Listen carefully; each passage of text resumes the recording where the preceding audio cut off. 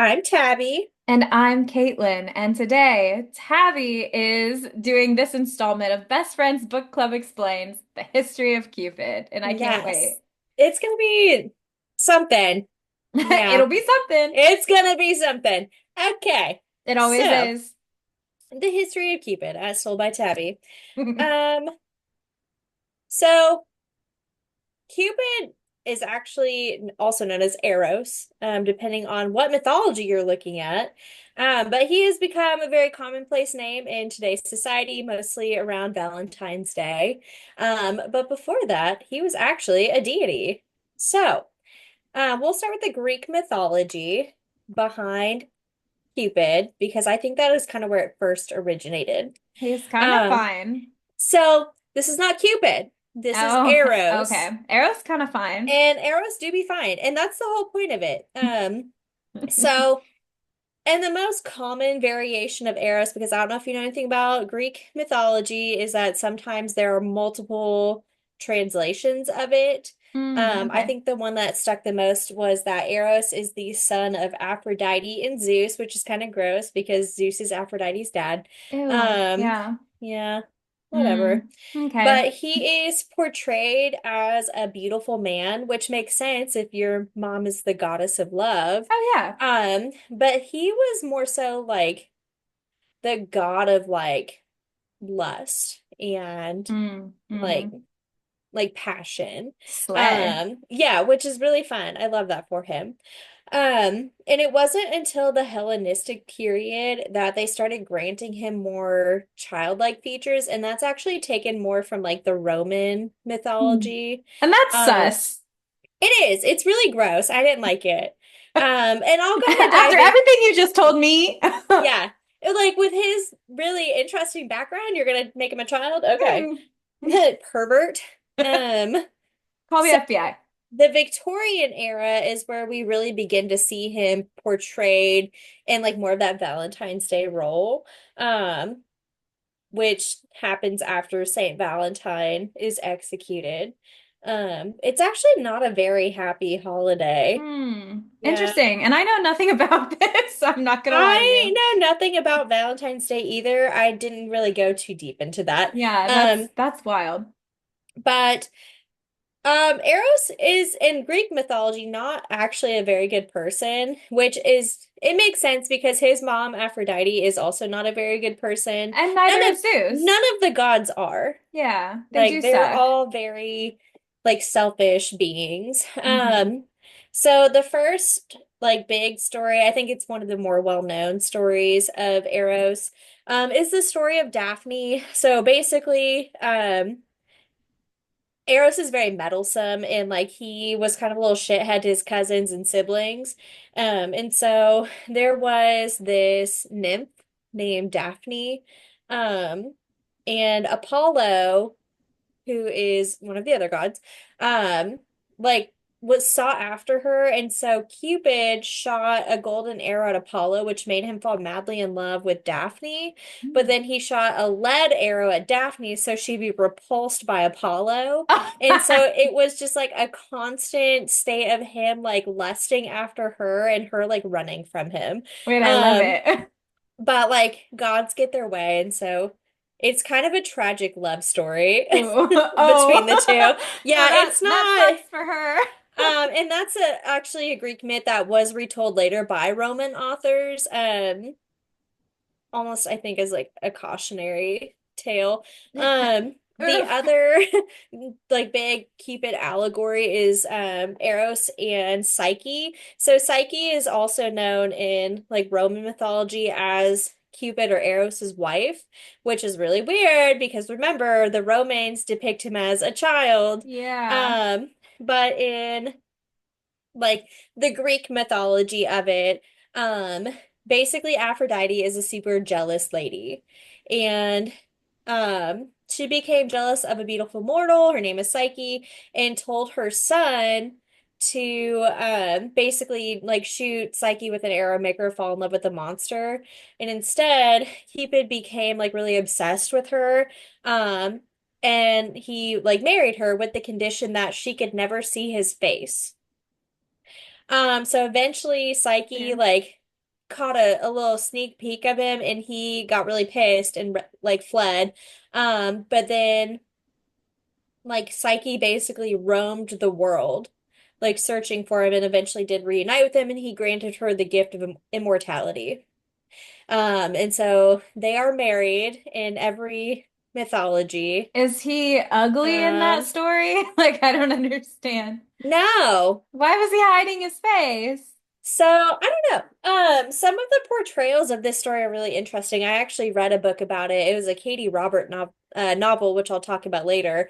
It was like a retelling of Eros and Psyche. Hmm. Um, and I think it's more just like he was like supposed to be like the monster that his mother was like trying to make her fall in love with, but like he's a beautiful man. And so it Okay. was like try not to like directly disobey his mom, I guess. I could Interesting. be wrong. No, that, I I'm not mean, a historian by any means. you're not? Um What? yeah, isn't that crazy? Yeah, Um I thought you were an expert, actually. I pretty much am. So then in the Roman mythology, he is Cupid is known as Cupid to the Romans. Like that is his Roman name. Like every Greek god basically has like a Roman counterpart. Hmm. Typically like the main gods are planets, like in Roman mythology. And Hmm. so and in the Roman side of this, Cupid is the son of Mercury, which is the winged messenger of God, so kind of like Hermes. Hmm. And Venus, who is the goddess of love, so once again, like Aphrodite's counterpart. But in any retelling, Aphrodite is always his mom, always. Gotcha. Okay. So in Roman mythology, he is portrayed as a winged infant carrying a bow and quiver. So it's even worse. It's not even a Yeah. child, it's an infant. Yeah. It With is wings. somewhat mischievous, but generally loved. And again, like you get the story of Now, Psyche the story of Psyche of makes more sense if he's an infant. He's like, no, you can't look at yeah, me. you actually can't look at me because I am a child. Um, You'll go to jail for that. but yeah, so in the same story, for the Romans, it was once again Venus who was trying to cause mischief, and she tried to use Cupid, and then Cupid fell in love and made Psyche his immortal wife. Okay. Um, I don't know. Either way, it's really gross. Yeah, I hate that. It's gross. So in Christian history, Now we're getting somewhere. however, this one is so funny. It is so funny to me, and I'm gonna read you a clip of this because it is just amazing. Um, so in Christian history, Cupid is known as the demon of fornication. Mm. He is seen as a seductive, malicious figure who draws people into the, it's not like the allegorical underworld, Hmm. like not the Yes, actual, because they don't believe that, it's hell, for sure. of vice. Okay. So vice specifically. Um, so in this it said Cupid's quiver symbolized his depraved mind, his bow trickery, and his arrows poison, as well as his torch burning passion. Oh, Um, okay. it was appropriate to portray him naked so as not to conceal his deception and evil. Mhm. This conception largely followed his attachments to lust, but would later be diluted as many Christians embraced Cupid as a symbolic representation of love. So I guess Oh, they just forgot. they forgore. They forgot. Or Because or they were just like mm, at some point they were I don't know. Were they ever sex positive? Did that ever happen in history? Probably not. I think during like the Renaissance, probably Yeah, I they were can't really kind of remember. coming fresh out of the Dark Ages, so Yeah, they were like, interesting. might as well. Might as well. Like life is Um, short. But yeah, I don't remember what period it said. The Hellenistic period is when he became like a playful, mischievous child, but his associations with love didn't come till 19th century Victorians, which they were a boring fucking group. So Yeah, I so maybe don't, they were like, this, we gotta tone this down. That's yeah, probably more, they like censored Cupid. They were like, we yeah, gotta make it cute for the kids, you know? I don't know. They're like, Because yeah, think we're of the things that gonna. would kill a Victorian child. Cupid Cupid lore. would kill a Victorian child. Yeah. Yeah. Some modern history that Cupid makes an appearance in. I mean, everything like Hallmark movies. There's like a whole list on Goodreads of like books featuring some type of either Cupid or Eros. So like there's over like 200 books, but the one that I'm most familiar with is Electric Idol by Katie Robert, and that's the Eros and Psyche retelling. Obviously 1-800 Cupid, but I that's not have really seen about that one. Cupid. Psyche and Eros, Eros is Arrow, Oh, um, that's a good one. a little bit Cupid. Yeah, Court of Asphodels, like Dating Cupid. There's so many, and they actually have pretty good reviews. Yeah. Goodreads will actually give you just a whole conglomeration of stuff if you look for it. Yes, I love Um, their list function. Obviously, there's some huge dating sites like OkCupid, Cupid.com, which is a smart thing to do because Cupid is associated with love. Hmm. Um, Obviously, Valentine's Day. There's multiple songs written about him, like Stupid Cupid. Yeah, Yeah, it's just endless. He is the poster child for Valentine's Day. literally. He's a Literally. child. He's a babe. Don't forget, he's a naked babe Yes. with a So, weapon. that is that. Yeah, that is a little history on Cupid. Oh my God, how interesting. I'm trying to think like I feel like I asked my questions as we went along, but yeah. You know what though? I have seen Electric Idol a lot It's in the really book good. space. Yeah. And Katie Roberts, she's got a lot of good reviews and I have had that on my TBR for a while. So maybe I'll bump it up. Honestly, any of the Dark Gods of Olympus or the Dark Olympus books, Yeah. they give Because you a there's really neon good, gods. hmm Yeah. they give you a really good insight to like some of the mythology behind, like all of the Greek gods, but it's Hmm. in like her own special retelling, but How it still kind of neat. stays true to the original mythology.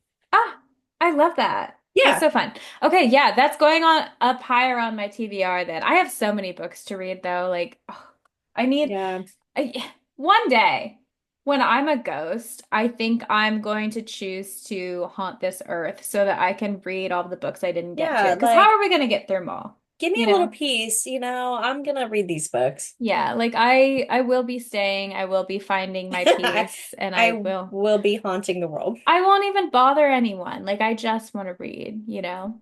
So, Yeah, I do get um, it. yeah, totally. Well, thank you, Professor Warden, You're so for welcome. explaining the history of Cupid. Yes. Next week is actually going to be an off week for us all so that we can finish reading. Are you not finished? Because last week we told you We told you to to be finish. finished. That's insane. Okay. So finish reading Onyx Storm by Rebecca Yarros so that we can talk about it the week after on February the 24th. Be Yes. ready.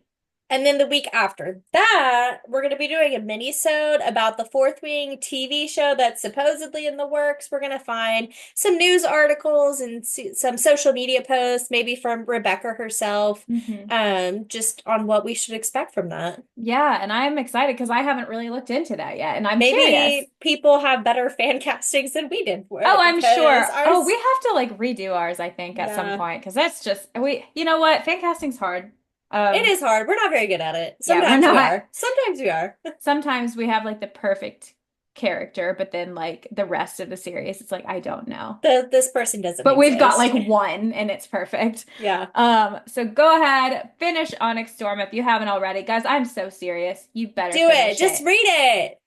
We'll talk to you next time. And as always, Let's get lit.